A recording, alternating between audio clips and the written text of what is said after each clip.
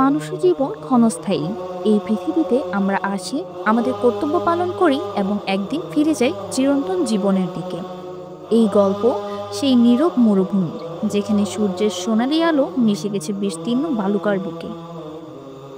সকালবেলা সূর্যের প্রথম রশ্মি ছড়িয়ে পড়েছে প্রান্তর জুড়ে। মরুভূমির নীরবতা ভাঙছে একদল মানুষের উপস্থিতিতে।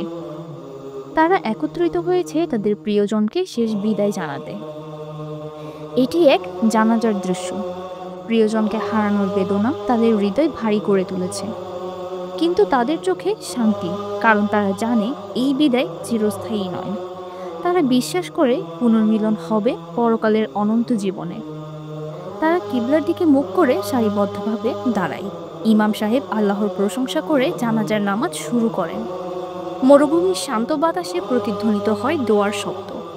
এই দৃশ্য আমাদের মনে করিয়ে দেয় জীবনের ক্ষণস্থায়ী প্রকৃতি এবং আল্লাহর প্রতি আমাদের কর্তব্য।